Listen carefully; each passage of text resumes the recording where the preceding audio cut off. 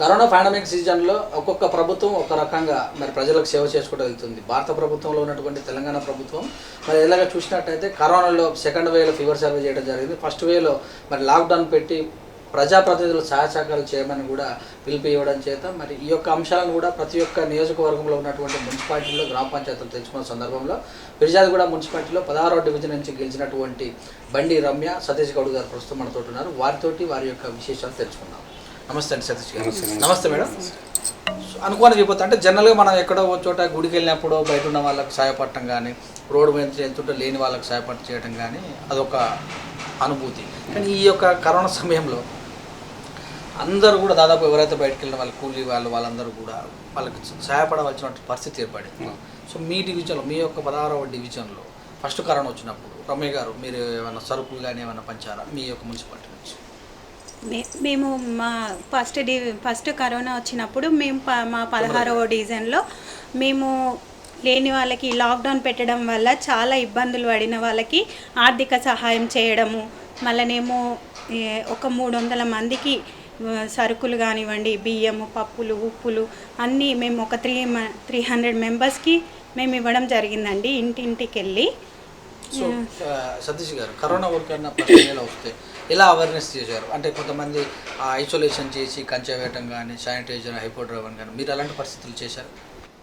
Corona first వచ్చినప్పుడు అందరికి కూడా అవగాహన కల్పించే విధంగా ప్రతి ఒక్కరు కూడా కరోనా రాగానే వాళ్ళ ఇంటికి ఒక కట్టెలు అడ్డం కట్టడము, మరి వాళ్ళకి శానిటైజర్ చేపియడము, మరి బ్లీచింగ్ పౌడర్ చల్లిపియడము, అలాంటి కార్యక్రమాలు చేపట్టి మీరు కరోనా వచ్చినంత మాత్రాన వాళ్ళని దూరం పెట్టొద్దు అనే విధంగా వాళ్ళందరూ కూడా ఎందుకంటే ప్రతి ఒక్కరు కూడా అవగాహన కల్పించారు. దూరం పోతున్నారు, భయపడుతున్నారు కాబట్టి వాళ్ళందరూ ఎవరు కూడా భయపడద్దు అనే విషయాన్ని కూడా ప్రతి ఒక్కరు కూడా కాలనీకి వెళ్ళి గల్లీకి వెళ్ళి కూడా అవేర్నెస్ ఇవ్వడం జరిగింది. వెహికల్ పెట్టి మెసేజ్ ఇవ్వడం జరిగింది వాళ్ళకి. వెహికల్ పెట్టి మేము డైలీ ప్రచారం చేయడం కూడా జరిగిందండి. బయటికి వెళ్ళొద్దని, శానిటైజర్ చేసుకోవాలి, సోషల్ డిస్టెన్స్ పాటించాలి, ఎలాంటి ఫుడ్ తీసుకోవాలి అలాంటివన్నీ. సో దానివల్ల నివారణ జరిగింది అనిపిస్తుందా మీకు? మా డివిజన్లో మటుకు కొద్ది వరకు కొంచెం తగ్గింది. సో కేసులు ఏమైనా నమోదైనా? మా వార్డులో ఒక 8-9 కేసుల వరకు నమోదైనాయి. ఆ కేసులలో ఒకరిద్దరు కూడా చనిపోవడం జరిగింది. Second time okay. First time మాత్రము ఎవరైతే చనిపోలేదు, కేసులు మాత్రం బాగానే వచ్చినప్పుడు కూడా మా ఫిర్యాదుగూడ మున్సిపల్ కార్పొరేషన్లో ఐసోలేషన్ సెంటర్ ఏర్పాటు చేశాము. మా గౌరవ మంత్రి వాళ్ళ ఆదేశాల మేరకు మా మేయర్ జక్కా వెంకరెడ్డి మరియు డిప్యూటీ మేయర్ వాళ్ళందరూ కూడా ఒక మంచి ప్లాన్తోని మా కార్పొరేషన్లో ఎక్కడ లేని విధంగా కూడా ఒక ఐసోలేషన్ సెంటర్ ఏర్పాటు చేసి ఎవరికైతే ఇండ్లు ఉండవో ఒక్క రూమ్ ఉంటుందో వాళ్ళని తీసుకొచ్చి మనకు వాళ్ళ ఇంట్లో ఇబ్బంది పడుతున్నారని చెప్పేసి ఒక మంచి ఆలోచన చేసి మరి ఆ ఐసోలేషన్ సెంటర్ ఏర్పాటు చేసినందుకు కూడా మా మంత్రి గారికి, మరి మేయర్ గారికి, డిప్యూటీ మేయర్కి, మరి మా కార్పొరేటర్లు అందరూ కూడా పేరు పేరున ధన్యవాదాలు తెలియజేస్తా ఉన్నాను. ఓకే, సంతోషం అండి. ఎందుకంటే అలాంటి సెంటర్ ఏర్పాటు చేయటం అంటే పేద ప్రజలు ఉన్న సందర్భంలో ఎందుకంటే ప్రైవేట్కి వెళ్ళాలంటే. సో ఈ corona pandemic season first season ఇలా ఉండగానే వర్షాలు కూడా వచ్చినాయి. సో ఆ సమయంలో మీ యొక్క డివిజన్ ఎంతవరకు ప్రభావం చూపింది? ముఖ్యంగా మా 16వ డివిజన్లో ఈ వాస్తవానికి కూడా 100 ఏళ్ళకి వచ్చిన వర్షం ఇప్పుడు ఈ సంవత్సరం రావడం చాలా బాధాకరం. మరియు ఏదైతే ఆ వరదలు ఒకటి మేడిపల్లి నుంచి కానీ లక్ష్మీమహేశ్వరి నుంచి కానీ ఆ వరదలు వచ్చి మా 16వ డివిజన్ విష్ణుపురి ఇంక్లీవ్లో కొద్దిగా డౌన్ ఉంటుంది వార్డు. ఆ కాలనీలో మొత్తం ఒక చెరువులాగా ఒక 8-9 ఫీట్ల వరకు కూడా ఇళ్ళని మునిగిపోవడం జరిగింది.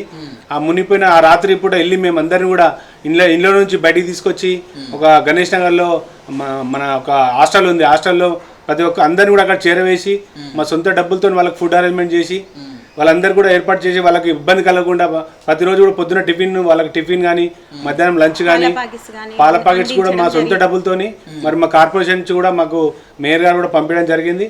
అవి కూడా అందరు కూడా ఇంటింటికి వెళ్ళి ఒక 10 రోజులు నిద్ర మానుకొని కూడా మేమందరూ కూడా పబ్లిక్లో ఒక సేవ ఎవరికి ఇబ్బంది కలగకుండా వాళ్ళందరూ కూడా కాపాడుకున్నామని కూడా మీ ద్వారా తెలియజేస్తాను. సో 10,000 రూపాయలు పంచే విషయంలో ప్రతి ఒక్కరికి ఆర్థిక ఇబ్బంది ఉన్న ప్రతి ఒక్కరికి వాటర్ వచ్చి ఎవరైతే నిజంగా వాటర్ వచ్చి ఇబ్బంది పడ్డ వారికి వాళ్ళకి కంపల్సరీ 10,000 అందించామండి.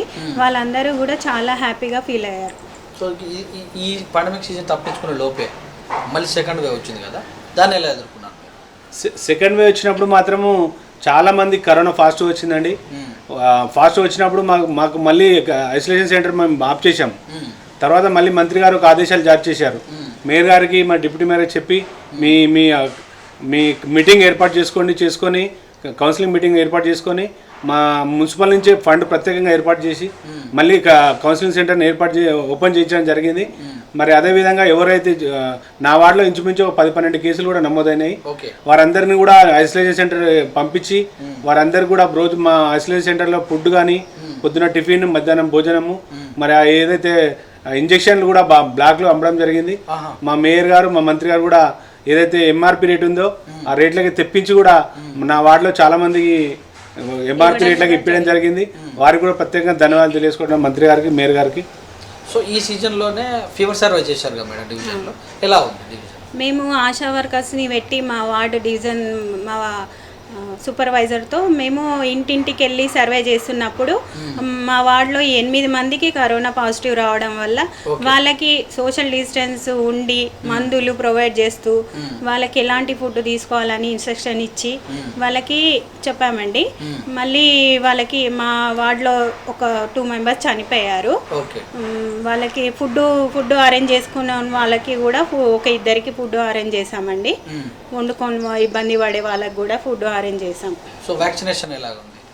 వ్యాక్సినేషన్ కూడా వాస్తవానికి ఇప్పుడు ఫస్ట్ మొన్న ఒక 1 మంత్ వరకు కూడా బాగానే ఉన్నది. ఇప్పుడు ఏదైతే స్లాట్ బుకింగ్ ఉందో ప్రతి ఒక్కరు కూడా అవగాహన కల్పిస్తా ఉన్నాం. మీరు స్లాట్ బుకింగ్ చేసుకోండి, స్లాట్ బుకింగ్ చేసుకొని మీరు కరోనా వ్యాక్సిన్ వేసుకోండి తప్పనిసరి. ముందుగా మా ఏదైతే ఉందో మన మున్సిపల్ స్టాఫ్కి వేయడం జరిగింది. ఆ తర్వాత మా కార్పొరేటర్లు కూడా వేసుకోవడం జరిగింది.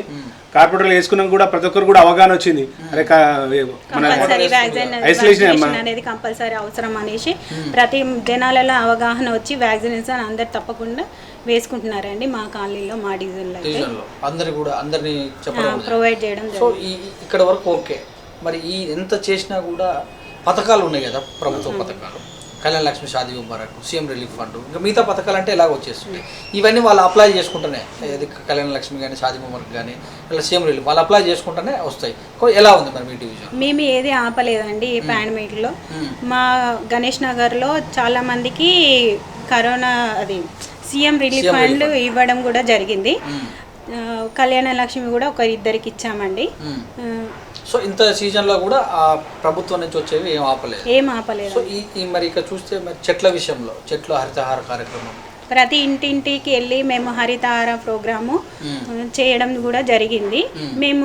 మేము జనవరిలో గెలవడం తర్వాత ఫస్ట్ ప్రోగ్రాము పట్టణ ప్రగతి, హరితహారము, తడి చెత్త పొడి చెత్త కార్యక్రమం ఇవే ఫస్ట్ మేము చేసామండి. ఇవి ప్రతి ఇంటింటికి వెళ్ళి ప్రతి గల్లీకి వెళ్ళి మేము హరితారం ప్రోగ్రాంలో చెట్లు పెట్టడము, చెట్లు పెట్టించడము, మా కాలనీ వాళ్ళు మా డిజైన్స్ వాళ్ళు చాలా సపోర్ట్ చేశారు. వాళ్ళందరూ మా కమిటీ మెంబర్స్ కానివ్వండి, మా కాలనీ వాళ్ళు కానివ్వండి, అందరు చాలా సపోర్ట్ చేశారు.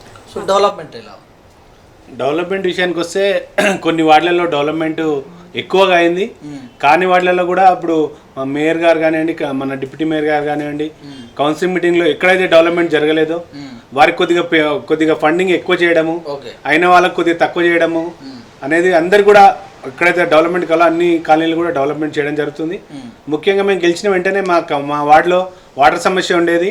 ఆ వాటర్ సమస్యను కూడా మేము మేయర్ గారి దృష్టికి తీసుకెళ్ళి వాటర్ బోర్డ్ కార్తిక్ రెడ్డి గారితో మాట్లాడి ఇప్పుడు ఇంచుమించు ఒక 70-80% ప్రాబ్లమ్ సాల్వ్ చేయడం జరిగింది. ఇంకేదైతే ఉందో 20-30% కూడా ఈ 1 ఇయర్లో కూడా వాళ్ళకు నెక్స్ట్ సమ్మర్లో ఖచ్చితంగా ఆ ప్రాబ్లం కూడా సాల్వ్ చేస్తామని మీ ద్వారా తెలియజేస్తా ఉన్నాం. సో థర్డ్ వేవ్ వస్తుంది సందర్భంలో మేడం, చిన్నపిల్లలకి ఎఫెక్ట్ ఉంది కదా, ఏం చెప్తారు మీ యొక్క డివిజన్ ప్రజలు? మా డివిజన్ ప్రజలందరికీ చెప్పేది ముఖ్యమైనది ఏంటంటే ప్రతి ఒక్కరు అందరూ సేఫ్గా ఉండాలి. థర్డ్ వే అనేది చిన్నపిల్లలకు రావడం వల్ల వాళ్ళకి సిమ్టమ్స్ అనేది చిన్నపిల్లలు కాబట్టి ఏందో తెలీదు మనమే గుర్తించుకొని వాళ్ళని పిల్లలని జాగ్రత్తగా చూసుకుంటూ శానిటైజర్ చేస్తూ సోషల్ డిస్టెన్స్ పాటిస్తూ పిల్లలను కాపాడుకోవాలని నా ముఖ్య ఉద్దేశం అండి. సతీష్ గారు, వర్షాకాలం కదా, చికెన్ గున్యా సీజనల్ డిసీజెస్ వస్తుంటాయి, వాటి నుంచి ఎలా మీరు అప్రమత్తం చేస్తారు?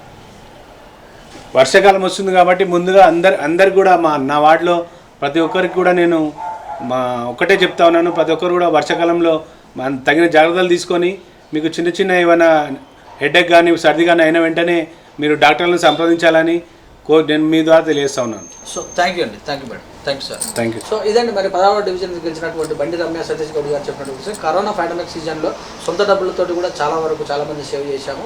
అలాగే చూస్తే కరోనా కేర్ సెంటర్లో కూడా మొదటిసారి వచ్చినప్పుడు అందరూ కూడా అక్కడ తీసుకెళ్ళి మరి అందరూ కూడా ఎవరైతే కరోనా బారిన పడ్డారో వాళ్ళందరూ కూడా రిలీవ్ అయ్యేంత వరకు కూడా సహాయశాఖలు అందించామని, మరి వర్ష సీజన్లో కూడా 10,000 రూపాయల కార్యక్రమం కానీ ఆ సమయంలో చాలా బాధపడుతున్న వాళ్ళందరూ కూడా టిఫిన్ కానీ మధ్యాహ్న భోజనం కానీ ఇవన్నిటి కూడా ఏర్పాటు చేయడం జరిగిందని తెలియజేశారు. ప్రభుత్వ పథకాలను కూడా ప్రజల్లోకి బాగానే తీసుకెళ్తున్న సందర్భంలో మరి సెకండ్ వేలో జరిగినటువంటి పాండమిక్ సీజన్లో మరి అందరిని కూడా దగ్గరుండి సహాయసహకారాలు చేస్తూ అవేర్నెస్ ప్రోగ్రామ్ తీసుకురావడం కానీ, వ్యాక్సినేషన్ వేయించడం కానీ, ఫీవర్ సర్వే చేయించడం కానీ, ఇక చూస్తే డెవలప్మెంట్ విషయానికి వస్తే అన్ని విధాలుగా ముందుకెళ్తున్నామని, మరి థర్డ్ వేవ్ వస్తున్న సందర్భంలో పిల్లలందరూ కూడా జాగ్రత్త ఉండే విధంగా తల్లిదండ్రులు సేఫ్గా ఉండాలని, సీజనల్ డిసీజ్ రాకుండా జాగ్రత్త తీసుకోవాలని ప్రభుత్వంలో ఉన్నటువంటి యంత్రాంగాన్ని అప్రమత్తం చేస్తామని తెలియజేశారు.